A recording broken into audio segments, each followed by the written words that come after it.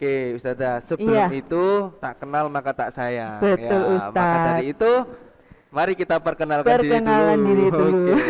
Ya Oke. sebelumnya ini Ustadz mohon maaf buat ayah bunda dan seluruh tamu undangan.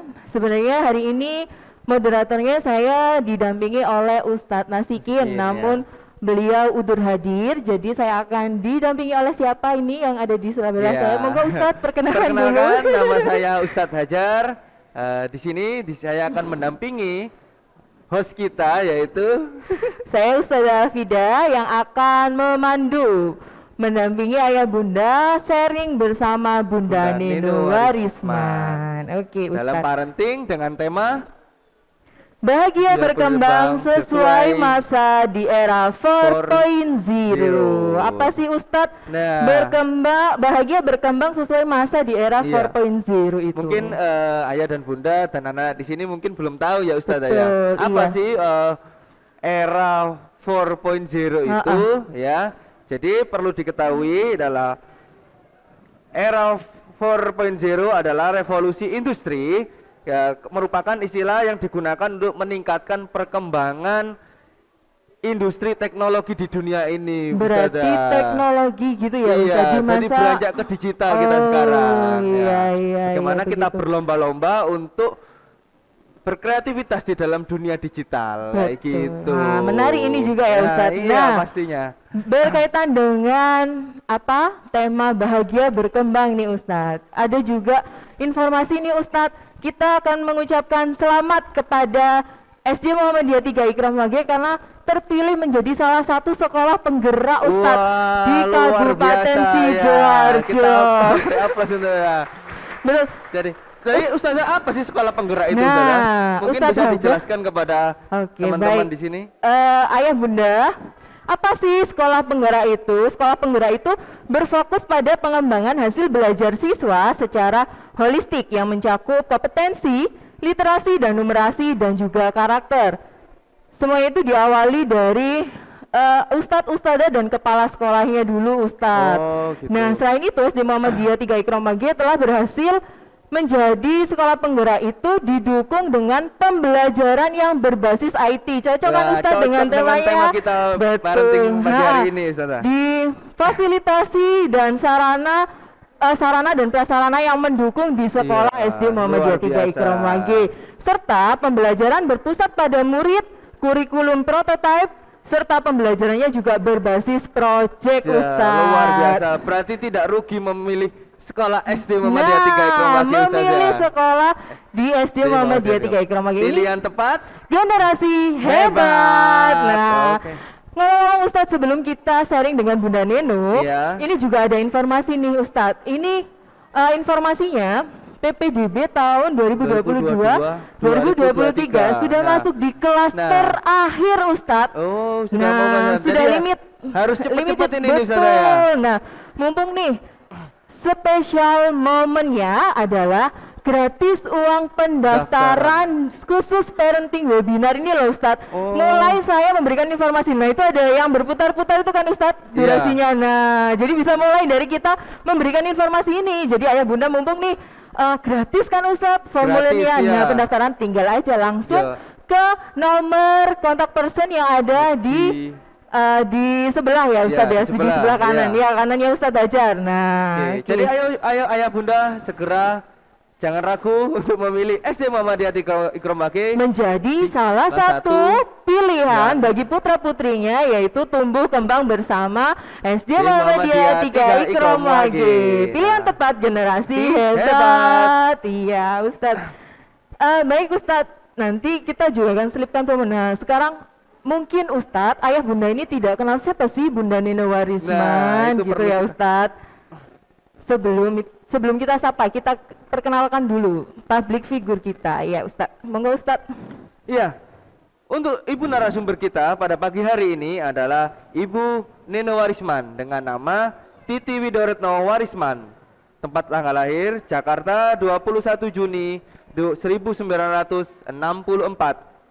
Nah, pendidikan TK SD Tunas Harapan, SMP Negeri 82 Kom PDN Jakarta Barat, SMA Tarakanita 1 Pulau Raya Kebayoran Baru. Baru, dan Universitas Indonesia Fakultas Sastra Prancis Depok. Nah, beliau juga telah memiliki buku bestseller yaitu diantaranya Matahari, yang bersinar karena Maufi, Izinkan Aku Bertutur, dan salah satu album bestseller beliau juga Matahariku, Kulihat Cinta di Matanya, Nada Kasih Sebuah Obesi.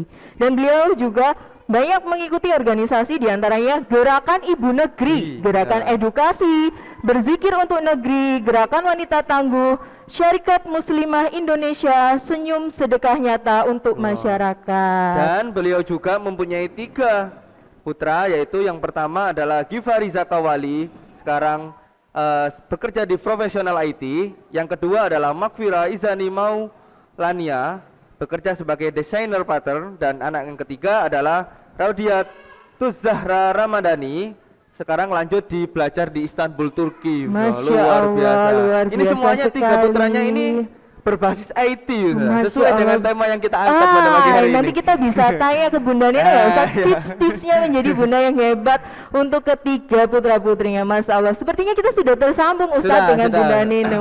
Assalamualaikum Bunda. Assalamualaikum Bunda Nino.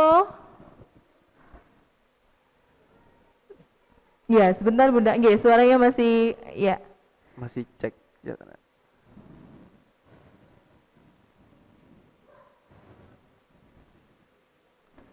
Sepertinya masih kemut gitu. Iya. Eh, Baik, suara saya bisa didengar? iya. Alhamdulillah Sampun, sudah. alhamdulillah. sudah. Terima kasih Bunda. Assalamualaikum Bunda. Waalaikumsalam warahmatullahi wabarakatuh. Bagaimana Bunda kabarnya? Alhamdulillahirabbil alamin. Alhamdulillah, alhamdulillahirabbil alamin. Meskipun kita Buat ya 3 hebat.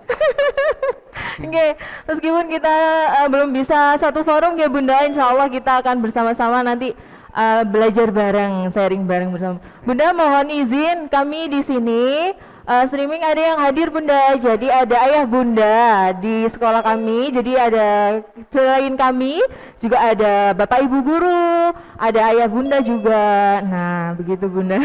Nggih, nggih. Bunda Nino, Bunda, ini nanti kita akan sharing terkait bahagia berkembang sesuai masa di era 4.0. Begitu ya Bunda?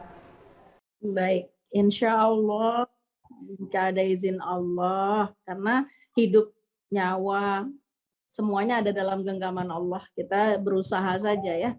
Apapun dari yang besar sampai yang kecil, hal besar maupun hal kecil semua di genggamannya Allah. Amin. Nggih. Iya Bunda, anak bahagia berkembang sesuai masa, khususnya di masa di era 4.0 ini. Bahagia itu apa yang hanya tertawa-tertawa begitu Bunda, atau mungkin yang lincah begitu? Nah juga sesuai masanya. Nah pripun Bunda, tadi kalau katanya Ustadz Hajar 3 putra-putri Bunda juga luar biasa nih, kita boleh dong diberi tipsnya Bunda Nino. Monggo Bunda Nino. Baik, Ustazah dan Ustadz yang menjadi moderator, ini moderatornya juga sangat renyah ya. Kalau kue crunchy ya, enak sekali. Saya mau tunjukkan dulu, ini ada maskot ya yang ada di kepala saya. Maskotnya SD Muhammadiyah 3 Ikrom ini ya, menemani pembicaraan kita ya. Saya berharap nggak mau membuat cemas, tapi baru saja ada pengumuman katanya di wilayah saya ini nanti sekitar pukul 10 atau sekitar ya, kita nggak tahu, sekitar itu kan bisa jam 11 setelah kita selesai atau sebelum, tapi kalau sampai sebelum ada pemadaman listrik ya nanti saya akan pindah ke mobil lalu kita cari tempat seperti itu supaya nanti nggak kaget ketika nanti mungkin tiba-tiba blep gitu ya. Saya sampaikan. Ya, baik, kita mulai aja ya karena saya minta waktu sekitar 15 sampai 20 menit Ustazah dan Ustaz untuk mengajak ayah dan bunda. Saya sendiri tadi pagi penuh dengan cak zigzag ya, sehingga saya duduk di sini tuh masih kepikiran 1 2 3 harus jemput kamera, harus ini, harus jemput orang, terus duduk, begitulah kehidupan kita. Sehingga kita perlu untuk menarik nafas, dan kalau menarik nafas orang tua sekarang itu biasanya nafasnya pendek-pendek. Ya, Jadi karena pendek maka kurang oksigen. Karena kurang oksigen jadi suka gampang marah. Jadi bagi orang tua semuanya, ya saya mengajak untuk kita mengambil nafas itu dalam. Sampai terasa di dada kita. Ya. Sampai ada dada kita itu penuh. Nah, itu tuh nafas dalam itu oleh orang-orang modern jarang dilakukan. Nah, ini penting untuk kita. Karena itu olahraga-olahraga yang biasa kita lakukan kan banyak yang mengandalkan proses untuk memberi nafas, ya, mengambil udara sebanyak-banyaknya, kadang ada yang ditahan sejenak, dikeluarkan. Kenapa? Karena kehidupan ini sendiri berjalan sangat cepat, sangat instan, seperti irama nafas kita. Selalu tergesa-gesa, selalu dari sini ke sini. Tadi pagi betul-betul dari bangun malam sih enggak, tapi dari bangun subuh sampai tadi sekitar jam 8:30 seperti semua orang kita memiliki banyak urusan, ya. Jadi nafas kita pun pendek. Nah, ini seirama dengan perjalanan di mana dunia anak-anak kita sekarang ini. Anak-anakku, halo, kalian juga menempati sebuah dunia yang beda dengan kami orang tuamu, ya. Saya mungkin sudah menjadi nenek, ya, karena memang juga sebentar lagi insya Allah putri saya yang nomor 2 lulusan ITB akan memberikan kepada saya dan ayahnya cucu pertama, ya, cucu pertama di bulan Juni, insya Allah. Sudah dipilih namanya juga, panggilannya Nenek Neno, ya. Jadi kalau sama anak-anak yang hadir mungkin boleh panggil nenek, ya. Panggil Bunda Neno, panggil nenek. Tapi sama bapak dan ibu boleh panggil Neno saja, boleh Mbak yang lebih muda, ya. Pokoknya apa saja. Nanti kalau di sesi pertanyaan mau panggil Bunda, mau panggil Mbak, mau panggil Neno, boleh aja, ya. Nggak penting itu. Yang penting adalah tadi Ustadz Fajar dan Ustazah Fida mengatakan, kita itu harus tahu anak kita itu penting atau enggak bahagia, gitu. Karena itu dijadikan kalimat atau kata pertama, bahagia. Penting banget sampai Allah, Rasulullah mengajarkan kita doa. Bahkan doanya juga doa, yaitu selamat dan bahagia. Betul? Jadi kata bahagia itu sangat penting.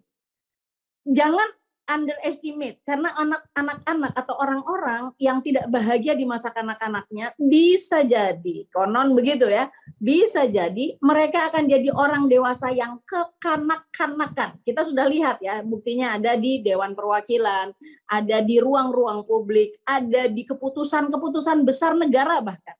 Cara berpikir atau paradigma dari seorang anak adalah dia memang suka bermain, dan itu memang karunia dari Allah. Anak suka bermain, dan teknologi 4.0 atau 5.0 yang akan kita jelang, metaverse dan macam-macam, itu semuanya adalah rangkaian sebuah perjalanan peradaban yang nggak bisa kita tolak.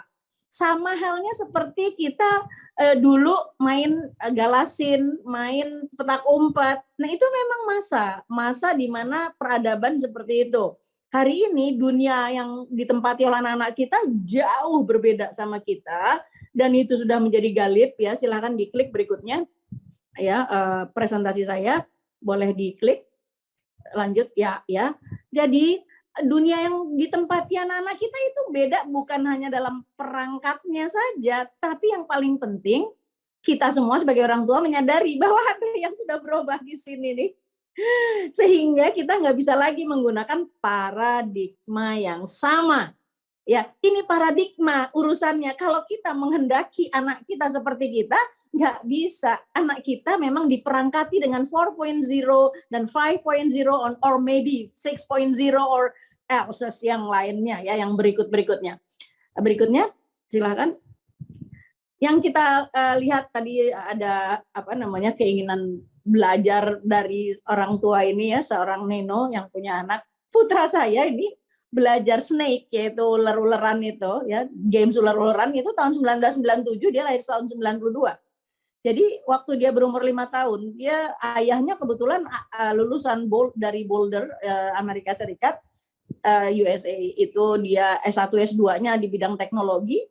Nah, jadi kami di sekeluarga ini orang-orang belum bisa bikin PowerPoint, anak saya sudah bisa bikin PowerPoint di usia yang sangat muda.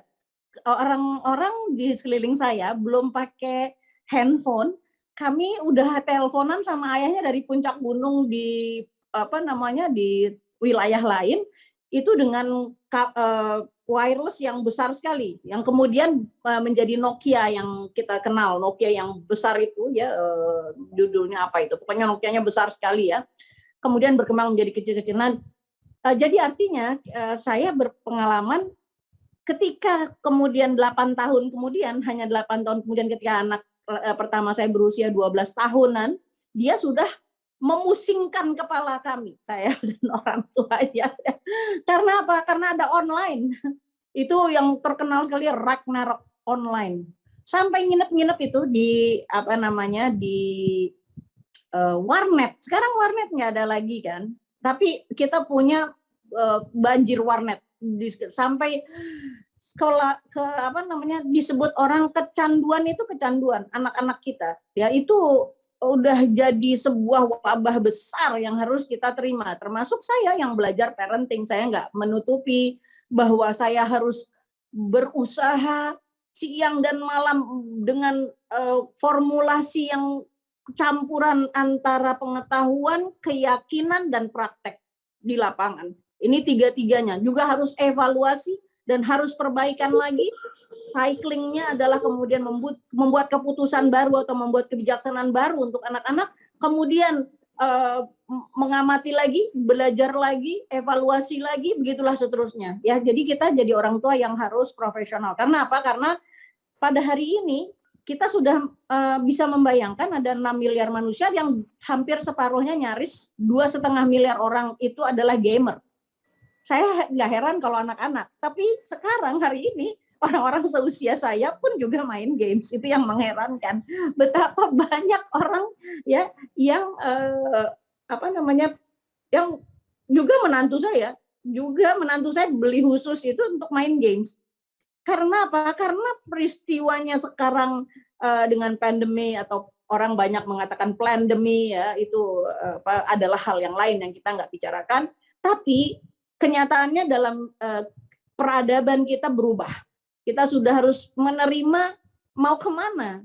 Pas sementara otak itu membutuhkan pelepasan atau semacam rekreasi ya, rekreasi. Nah, fitrah anak-anak kita, halo anak-anak ya sayang, anak-anak juga harus diterima sebagaimana adanya, yaitu penghuni asli dunia teknologi hari ini adalah anak-anak kita. Bayangkan dulu Ragnarok itu tahun 2005 ya, sekarang tahun 2022 ya. Tahun 2005 itu hanya bisa dimainkan oleh mungkin beberapa belas orang, puluh orang, ya kan? Sekarang satu games bisa dimainkan oleh 1 juta orang. Dan ada 1 juta judul games di HP yang kita nggak hafal. Gitu. Saya pusing kalau lihat semua games itu, pusing. Tapi yang jelas di situ ada yang bagus, misalnya kayak ada semangat petualangannya, mengenal, juga bahkan yang Islam ada ya, sedikit jumlahnya yang mendorong ya proses belajar anak-anak. Banyak sekali yang baik, tapi lebih banyak lagi yang mengandung unsur-unsur penyesatan, kemudian penyesatan termasuk penyesatan akidah, kemudian juga yang utama adalah kekerasan tingkat rendah sampai tingkat akut tinggi, dan juga yang paling memprihatinkan kita adalah pornografi. Ini mengerikan sekali gitu, sehingga dia masuk ke dalam games tersebut. Nah, kita berhadapan dengan hal tersebut, sehingga ya kita harus menerima bahwa kita halo anak-anak sayang. Sehingga kita Waalaikumsalam, halo nak, halo jagoan, ya anak hebat. Layarnya anak-anak juga sudah bisa membuat layar kita hilang misalnya gitu, atau berubah ya. Anak-anak kita itu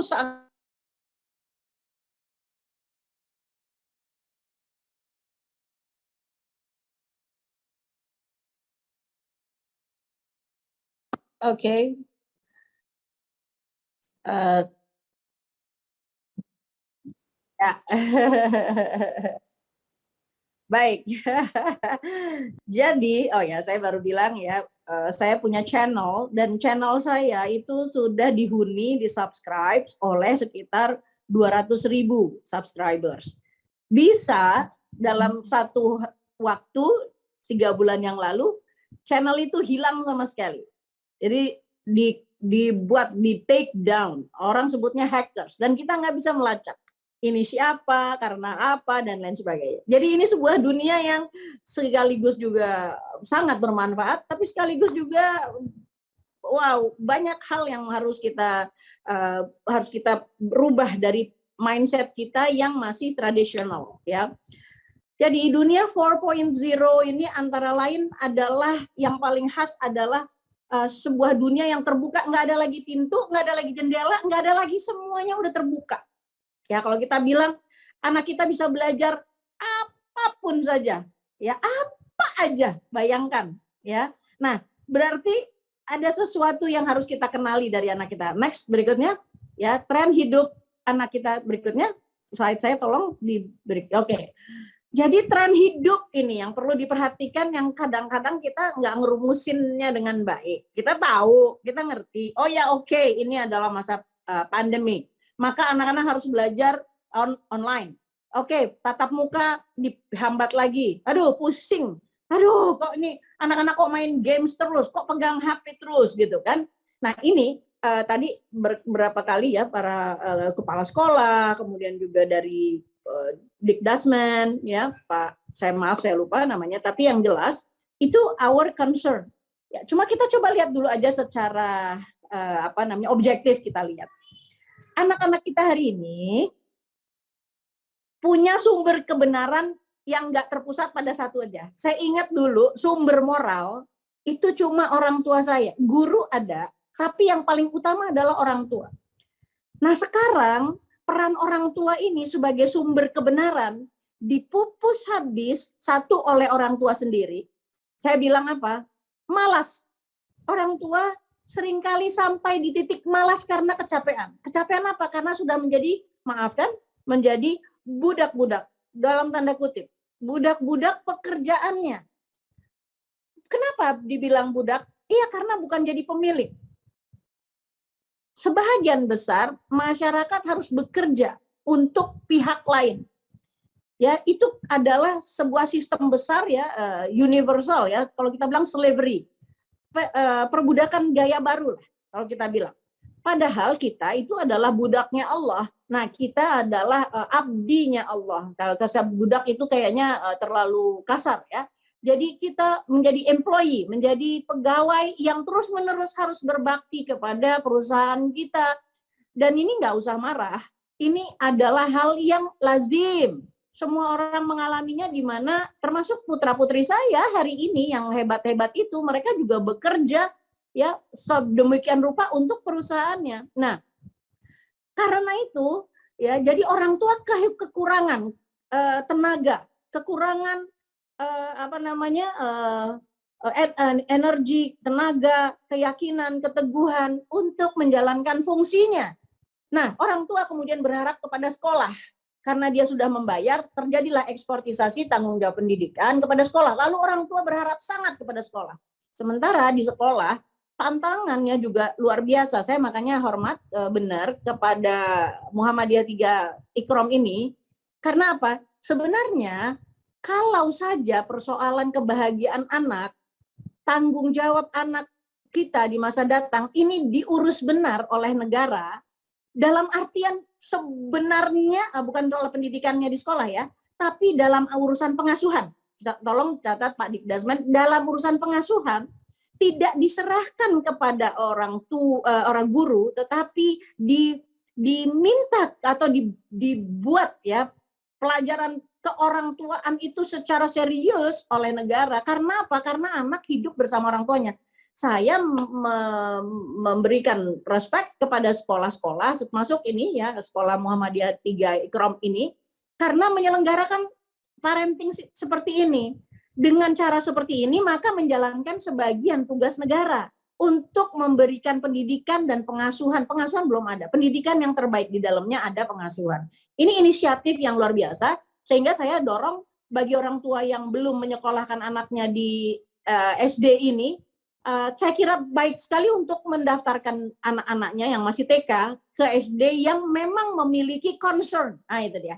Memiliki concern terhadap kebahagiaan anak. Ya, ini adalah hal yang penting sekali. Kalau sumber kebenaran itu tadinya hanya dari orang tua saja, lalu berpindah, ya, apalagi orang tuanya malas belajar. Di sini nggak ada yang malas belajar ya. Alhamdulillah sudah datang, sudah menyimak. Anak-anak ya juga ya, oh hebat, anak-anak hebat. Bahkan mau ikut menyimak Bunda Neno, Nenek Neno, terima kasih anak ya. Nah ini menjadi satu kesadaran baru. Oh iya ya, I'm not alone. Saya tidak sendiri. Kalau gitu jangan musuhi. Kalau gitu berkawan aja. Karena kalau kita memusuhi 4.0, maka kita akan menjadi enemy.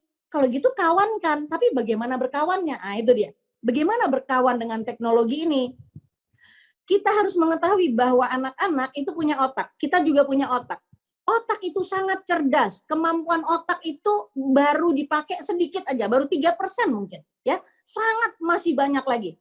Anak-anak belajar dalam dunia yang sekarang ini adalah segalanya instan. Kalau dia posting sesuatu, dia langsung dijawab. Sama lingkungannya. Bukan hanya dari lingkungannya, tapi dari seluruh dunia. Karena itu dia over socialization. Dia terlalu bergaul terlalu banyak, itu juga adalah faktor. Akhirnya dia memiliki terlalu banyak opsi ya di dalam kepalanya dia. Nah, tapi yang baiknya kita juga harus sadar bahwa dunia yang kita sedang dihuni ini adalah dunia yang pasar yang sangat terbuka untuk apa? Untuk yang nanti disebut potensi pengembangan bakat yang sangat tinggi. Saya punya keponakan, dia enggak keluar rumah, dia hanya trading dari sekotak internet ya saja, dan dia bisa ngatur hidupnya dia aja, dia bukan sarjana, dan dia bisa hidup di situ, uangnya datang tertransfer.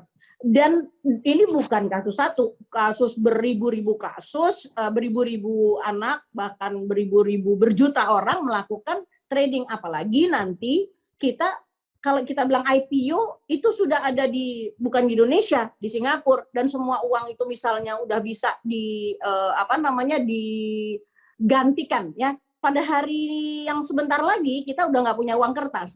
Semua sudah digital currency. Anak kita hidup di zaman di mana nggak ada lagi uang kertas. Mereka akan bingung lihat uang kertas kayak zaman kita lihat kita lihat newspaper yang lama itu ya, di perpustakaannya Pak Fadlizon itu ada newspaper, magazine yang dari dari zaman Hindia baru itu. Kita tuh kagum lihat bentuknya, lihat bacaannya. Seperti itu anak kita nanti juga melihat uang. Kertas itu dia, ya ini kuno banget gitu. Karena apa? Mereka sudah hidup di digital currency. Tadi Bapak Guru mengatakan, nanti mungkin yang seminar di sebelah kita itu udah bukan orang yang sungguhan. Itu udah hal yang akan segera kita jangkau, sehingga nanti handphone yang sekarang ini paling kecil, ini handphone saya termasuk yang kecil, yaitu merek iPhone yang kecil, nanti udah nggak perlu lagi bendanya, kita hanya tinggal klik dengan satu kode, kemudian ini semua layar di udaranya udah bisa kita buka. Jadi kita cuma punya satu kode saja, seperti kita sekarang punya NIC ya. NIC itu akan membuat kita bisa masuk ke sebuah dunia yang nggak pernah terbayangkan oleh kita sebelumnya. Oke, kita lanjut ya. Berikutnya, sehingga ini yang paling penting. Saya nggak mau lama-lama ngambil waktu karena saya kepengen berdialog, pengen banyak pertanyaan ya. Kita harus melatih insting proses dan insting planning anak kita, baik untuk dunia maupun akhirat. Udah segitu aja kok. Insting itu apa? Kalau insting itu dari rendah ya, paling rendah artinya maksud saya hewan pun diberikan insting. Kalau manusia kan dikasih nurani, dikasih akal sehat, akal ya.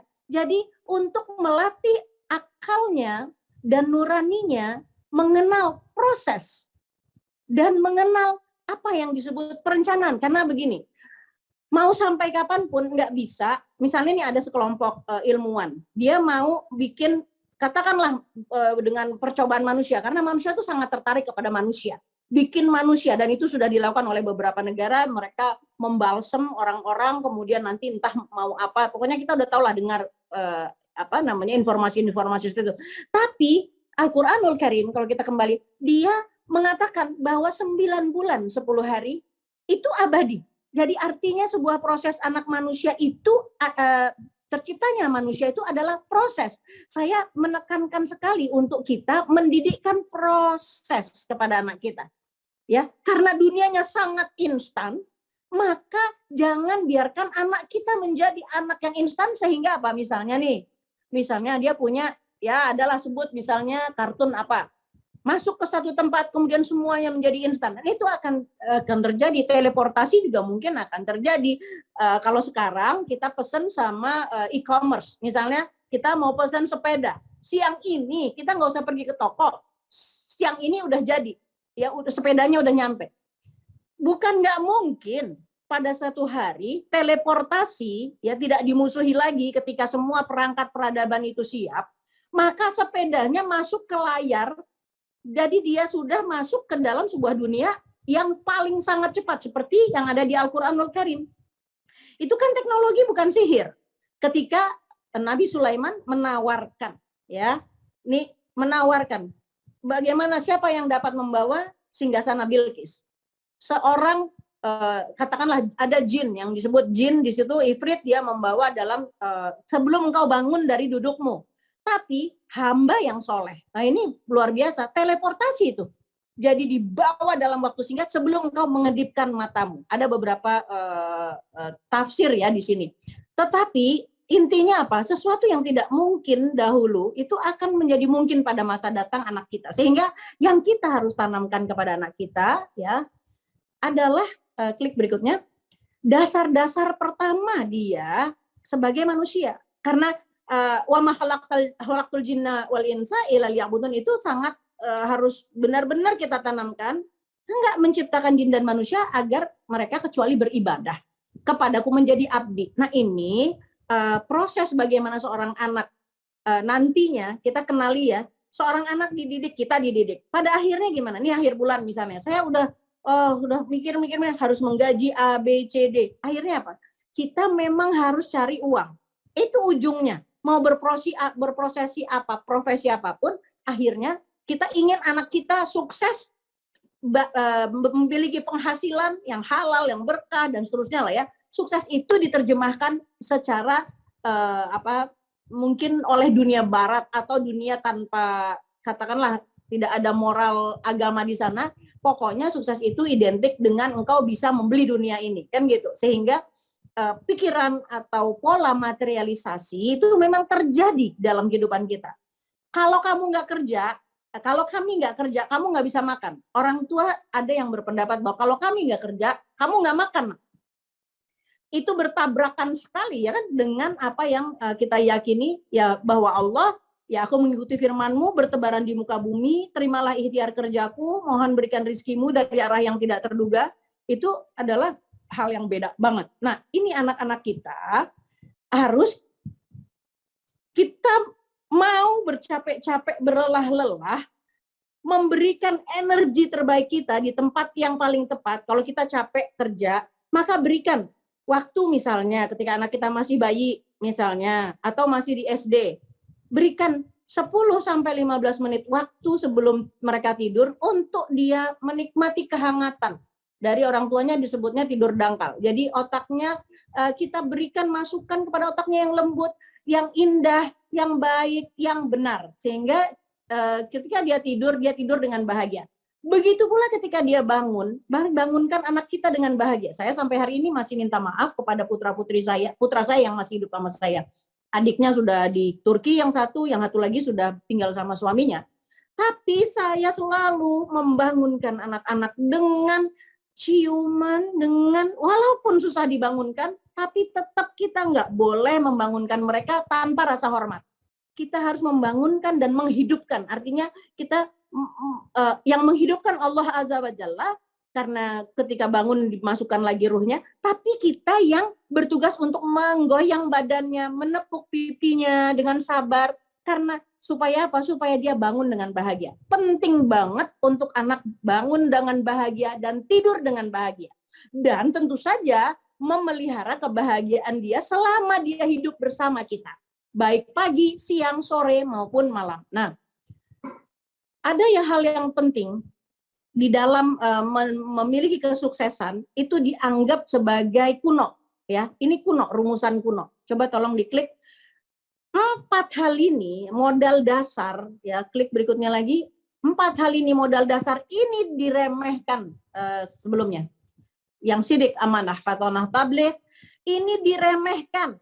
Apalagi di era di mana sekarang terjadi Islamofobia. Kita harus sadar bahwa Islamofobia itu merangsek, kalau bisa dipepet, kalau bisa dibenturin apapun saja. Islamofobia terjadi dan sehingga terjadi eliminasi yang luar biasa pada kalimat, ajaran. Orang sekarang tidak menggugat eksistensi Allah, tetapi dia menggugat eksistensi ajaran Allah. Dan kita rasakan, padahal ya universitas pertama itu dimiliki oleh peradaban Islam. Toga pertama itu kenapa mendatar seperti itu, bentuk toga itu adalah untuk meletakkan Al-Quran. Ya, jadi peradaban belajar pertama itu adalah dari Islam. Tapi bagaimana Islam sekarang harus mengalami nasib seperti ini yang harus jadi semangat kita untuk merubah. Bagaimana kita merebut kembali ya melalui peradaban yang berubah, revolusi industri yang berubah.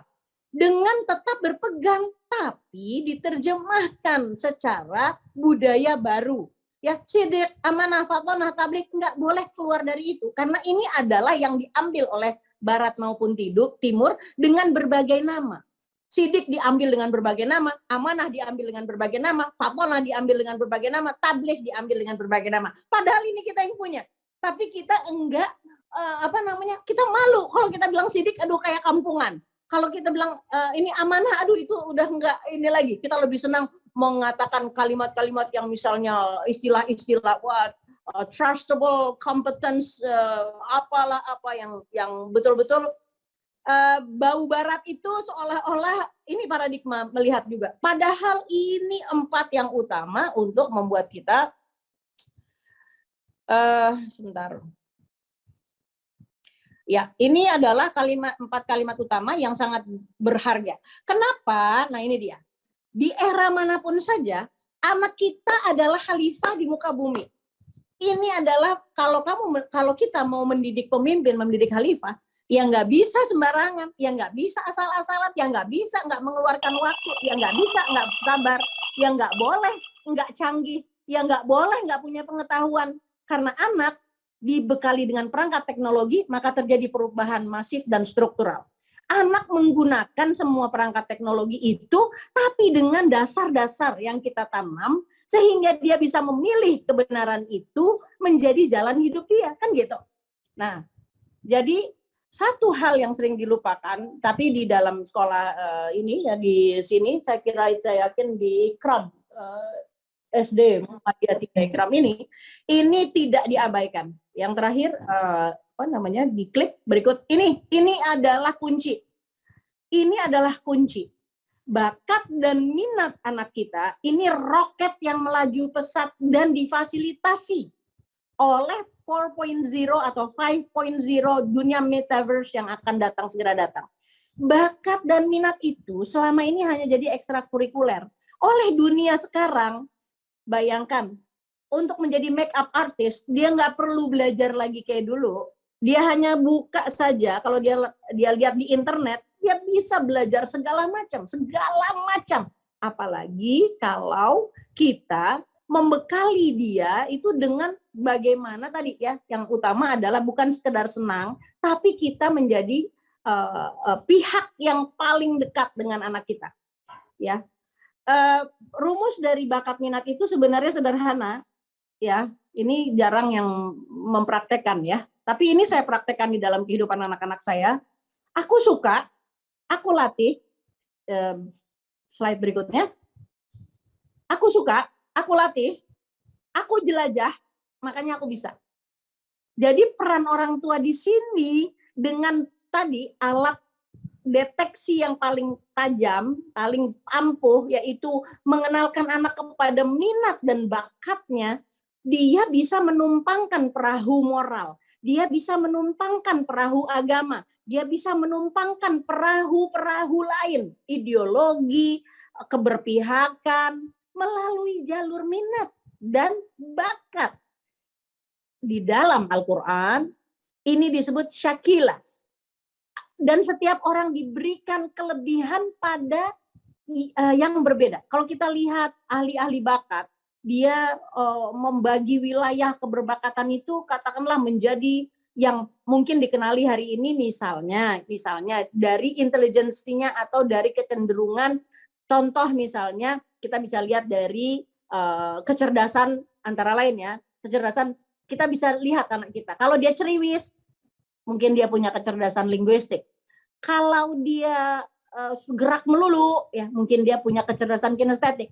Kalau dia senang sekali dan minat pada visual, ya, gambar, atau dia memberi respons yang cepat pada warna, dia memberikan pengungkapan dirinya itu melalui gambar. Contoh putri saya yang lulus cum laude dari tekstil ITB, FSRD, itu adalah anak yang kalau marah dia cuma menggambar bulat lalu matanya seperti ini. Itu tanda dia marah. Saya langsung melihat, oh, dia sodorkan kertas, dia mau bilang aku marah. Kita sebagai orang tua harus tahu bahwa anak kita mengungkapkan dirinya dengan cara gimana. Lalu kita penasaran. Kalau gitu saya latih dengan cara gimana? Ya memang harus ada pengorbanan. Contoh misalnya, saya lihat nih, oh ini ada yang bakat, anak saya minat dan bakatnya pada visual nih, kelihatan. Saya buatkan meja besar, nggak biasa. Meja besar, bisa juga mejanya disambung-sambung, tapi meja itu memenuhi ruang hampir separuh dari ruang tamu, ya. Kemudian saya siapkan di sana gunting, segala macam perangkat-perangkat untuk eksplorasi visual, katakan gitu. Saya hanya mau bilang kepada para orang tua dan anak-anakku juga, ya, jika engkau punya kecenderungan suka kepada visual, maka dilatih. Nah, latih itu kemudian juga karena perangkat teknologi udah siap, dia menjelajah, bisa mengambil banyak sekali situs-situs yang berkait dengan minat visual ini. Akhirnya tinggal menjuruskan saja pada universitas yang memang disukai. Saya beruntung sebagai orang tua karena melihat minat visual putri saya yang nomor 2 ini, wah ini kayaknya anak ini nggak senang matematika dia.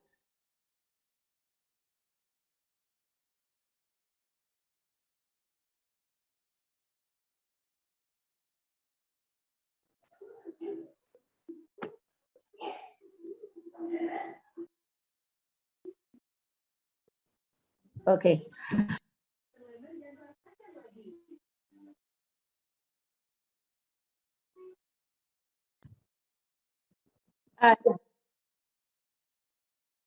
Ini anak-anak kita mungkin sudah pandai, jadi dia ada yang meng-unmute, ya, dia unmute tadi. Karena ini teknologi, ya, jadi anak-anak kita sangat pintar, ya. Mereka jangan marah sama mereka, karena anak-anak nggak boleh bosan. Kalau bosan dia akan terbang, lari, apalagi kalau dia dimarahin, dia akan mencari kesenangan.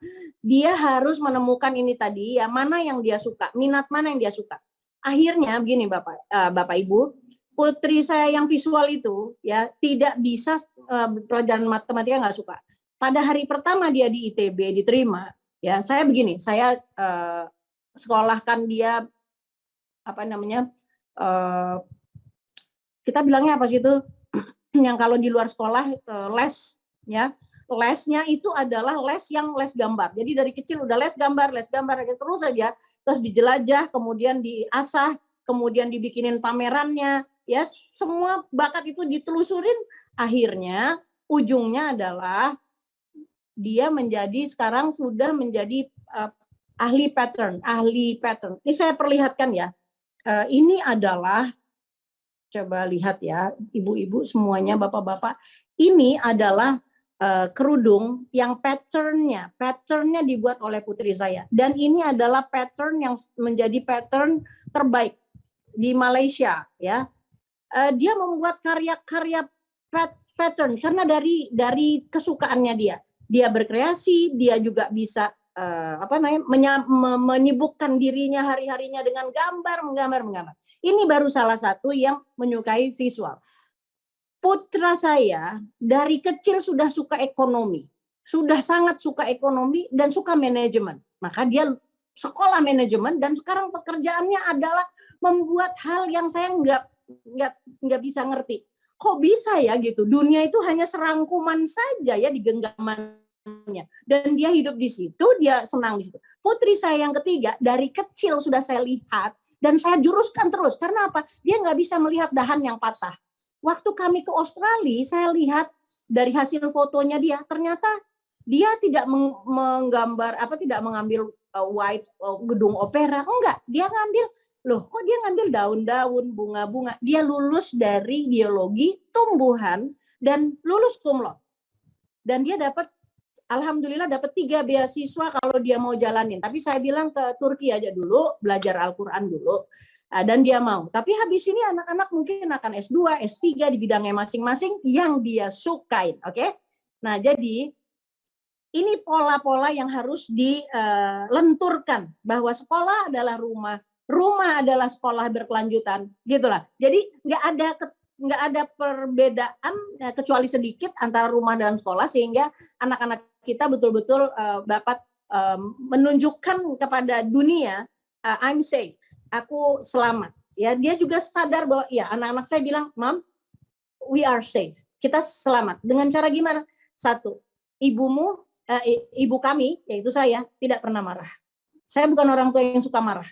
Jadi catat baik-baik para orang tua bahwa kemarahan itu akan membuat anak kita panik. Jadi nggak perlu marah. Ya. Yang kedua, kita terus mengejar dengan kayak orang pakai kacamata kuda itu loh. Jangan perbandingkan anak kita dengan siapapun. Biarkan dia berproses jadi dirinya sendiri. Walaupun orang lain bilang dia bodoh, nggak peduli. Nggak usah peduli sama orang lain. Kita saja yang meyakini bahwa anak kita istimewa, anak kita hebat, anak kita akan jadi orang. Apapun saja ukuran yang dibuat di luar, kita orang tua abaikan. Kita hanya melihat anak kita hebat, kita hanya melihat anak kita akan menjadi orang, jadi pemimpin yang hebat, dan terus kalau orang Jawa bilang, geletui minatnya, terus berikan pancingan nama dia, respons dengan baik mulia, terus menerus, kapan sampai kapan, tidak ada batasnya. Kalau saya mengatakan tidak ada batas dalam hal membimbing dan terus mengarahkan anak-anak kita. Ketiga, jadilah orang tua, ya ini emang nenek-nenek ya, yang ngasih nasihat nenek-nenek. Nggak pernah kita melewati satu sesi, satu nafas hidup kita pun tanpa kita menghirup dari kedua tangan kita. Ini doa dan juga ikhtiar bagi anak-anak kita. Karena apa? Karena anak kita masih memiliki kita. Di tengah kehidupan yang begini hebat, jika mitokondria kita, jika sel-sel tubuh kita selalu kita connect to anak kita dalam doa. Ya, kapan saja ya di tengah ini misalnya saya, anak saya sudah 28 tahun. Saya ingat, kemudian saya bilang, Allah, anakku sedang berada di kantornya. Bukan tidak mungkin ya Allah, aku tidak bisa melihat. Walaupun aku bisa video call ya dengan dia. Tapi kan nggak bisa kita menjadi pengawas untuk anak kita 24 jam.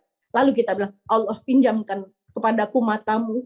Pinjam ya Allah agar anakku selalu merasa diawasi oleh Engkau. Nah itu. Jadi walaupun dia sudah dewasa, kita tetap itu perhatian kita, tapi nggak konyol, kita nggak pernah marah, kita menghargai kedirian eksistensi dia, kita selalu menghargai pilihan-pilihannya dia, sehingga dia pada satu hari dia bilang, Mom, coba deh lihat deh, karyaku menjadi karya yang terbaik.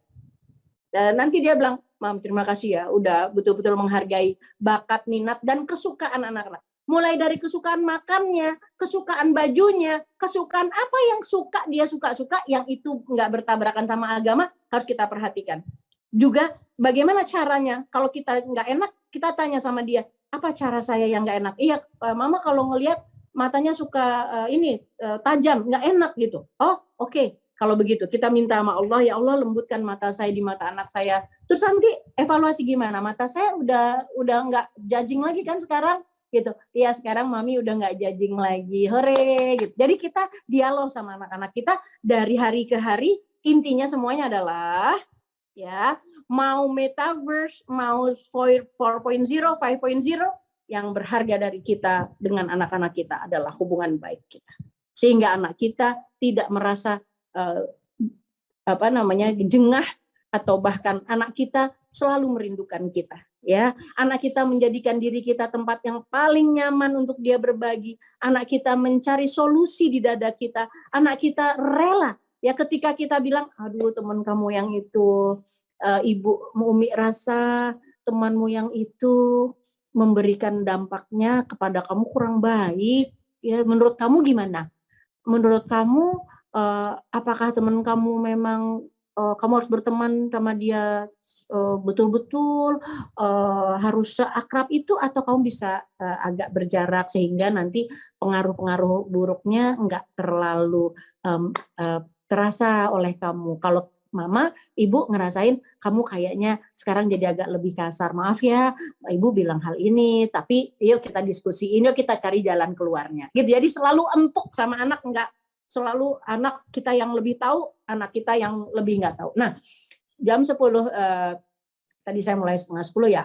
Jadi saya lewat 10 menit, saya minta 20 menit, saya lewat 10 menit, tapi saya hatamkan dengan harapan bahwa ibu dan bapak, juga ibu guru, saya berharap ibu guru di 2 menit terakhir ya.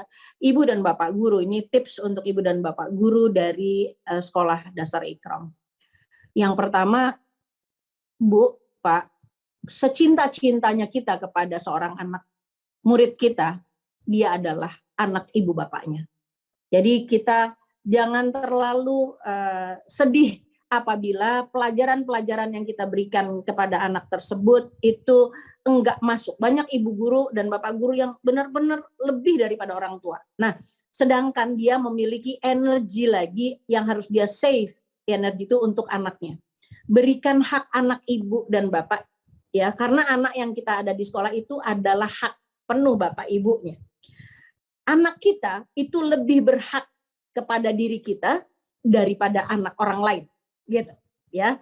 Nah, ini bukan berarti meremehkan apa yang sudah dibayar oleh para orang tua, tidak, tapi justru ini memberikan eksportisasi lagi. Jadi mengembalikan ya tanggung jawab dan peranan orang tua. Nah, ini harus ada kerjasama lagi di sekolah dan orang tua. Yang kedua, ibu dan bapak guru ya. Hanya 2 saja ya yang ingin saya sampaikan. Kita mengajar ya anak manusia. Ya. Anak manusia ini ditakdirkan oleh Allah, dia itu punya memori penyimpanan yang awet, yang betul-betul abadi ketika dia bahagia. Oke. Jadi semua hal yang membahagiakan, itu akan bertahan lama. Resep kuncinya kita harus benar-benar memiliki ya sebuah pandangan sebagai guru, pandangan yang kita mau sampaikan itu adalah di depan kelas kepada anak-anak kita semuanya. Jangan berharap 100% anak bisa bahagia pada hari itu. Tapi ibu dan bapak guru boleh mencatat, punya catatan. Hari ini saya lihat dari mata gestures anak-anak kita yang sedang bahagia ini. Maka engkau sumbangkan pikiran terbaikmu untuk anak-anak yang sedang dalam keadaan bahagia. Ya, karena anak-anak yang sedang dalam problem, dalam masalah, dia kognisinya hancur. Ibu akan capek sekali untuk mendidik anak yang lagi bete. Enggak bisa. Gitu. Jadi ketika engkau mau menanamkan sesuatu yang penting, maka perhatikan saja. Oh, ini ada 5 anak yang dia kelihatan sedang bahagia. Aku mau nanam hari ini kepada 5 anak ini. Catat. Lalu hari berikutnya, kita lihat. Karena pasang surut kebahagiaan itu. Kita lihat. Atau kita main games bisa juga kan, ibu guru lebih tahu siapa yang paling banyak bahagianya hari ini, skalanya 100 misalnya gitu ya. Tapi lihat juga gesturesnya. Nah, dekati. Ya, kalau untuk anak-anak yang sedang bete, jangan nasehatin. Dia hanya perlu untuk sedikit dipihaki, untuk diberikan hatinya ibu guru, untuk dimengerti sedikit lebih banyak daripada biasanya, gitu. Jadi itu kunci-kunci sebagai ibu guru yang nanti mengesankan, karena saya punya guru-guru yang saya akan ingat sampai akhir hayat saya. Karena apa? Karena cintanya. Kalau nggak, terakhir saya bilang, kalau Anda nggak punya cinta, Anda nggak punya sabar, baiknya jangan jadi guru. Gitu. Mungkin pekerjaan yang lain, bismillah, mudah-mudahan sebagai pedagang atau apa ya. Tapi ini kalau sebagai ibu dan bapak guru, memang pembangun peradaban. Sehingga apa? Oleh-olehnya itu di akhiratnya itu akan pesta pora ya, akan bahagia banget. Karena apa? Karena nanti akan ditunjukin per 5 anak yang ibu kasih ini, satu peribahasa, satu pendekatan, satu hadiah, ya. Pendekatan personal itu tetap adalah yang terbaik, karena manusia adalah makhluk individual, makhluk personal. Sehingga kalau klasikal itu hanyalah untuk mengabarkan seperti knowledge, tetap atau kognisi, tetapi afeksi tetap harus personal, satu demi satu. Ya, saya yakin di Muhammadiyah 3 ini sudah dilakukan, ya, mesti tetap harus dipertahankan. Dan sangat pantas untuk orang tua mendaftarkan anak-anaknya di sekolah-sekolah yang punya kepedulian penuh kepada kebahagiaan anak. Itu saja pesan saya kepada semuanya. Mudah-mudahan ada manfaatnya ya Bapak Ibu.